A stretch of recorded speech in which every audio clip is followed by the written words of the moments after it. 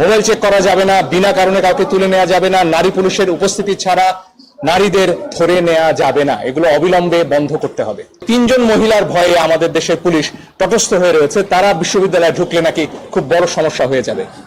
অনশনের খবরটা আমি দুটো সূত্র থেকে পেয়েছি এবং তারা 32 ঘন্টা ধরে অনশন করেছিলেন বলে খবর পেয়েছি। তারা বেরিয়ে আসলে আরো পরিষ্কারভাবে জানা যাবে। এবং আমার আসলে আমাদের জাতীয় কবি কাজী নজরুল ইসলামের কথা মনে পড়েছে।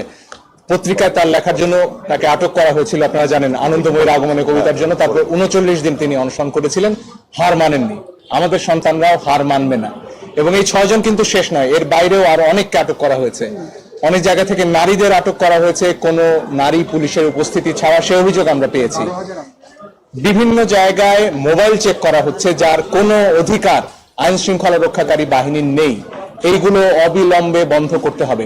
আজকে আমার স্ত্রী আমার পাশে রয়েছেন, তিনি একটু আগে ঢাকা বিশ্ববিদ্যালয়ে যাওয়ার চেষ্টা করছিলেন। আমার শাশুড়ি, তার বয়স 69 বছর, তারা ঢুকতে পারছিলেন না। এই 3 জন মহিলার ভয়ে আমাদের দেশের পুলিশ তটস্থ হয়ে রয়েছে, তারা বিশ্ববিদ্যালয়ে ঢুকলে নাকি খুব বড় সমস্যা হয়ে যাবে। এই বাধা কেন?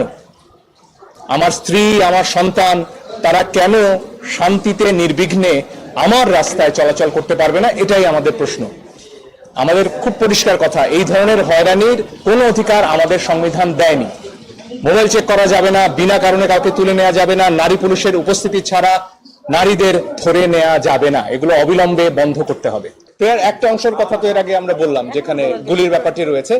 এর পাশাপাশি ইন্টারিম অর্ডার রয়েছে, কেন তাদেরকে এই করা হয়েছে সেই সবগুলো বিষয়ে আসতে পারবে। এবং এই 6 দিন কি হিসেবে তাদের রাখা হলো সেটাও নিশ্চয়ই সরকার বলবে আমাদের, যে তারা স্বেচ্ছায় ছিলেন কিনা, কেন তাদের অনশন করতে হলো, এই বিষয়গুলো তো তাদের বলতে হবে, জবাব দিতে হবে। ছেড়ে দিলেই তো আইনি প্রশ্নের শেষ হয়ে যাচ্ছে।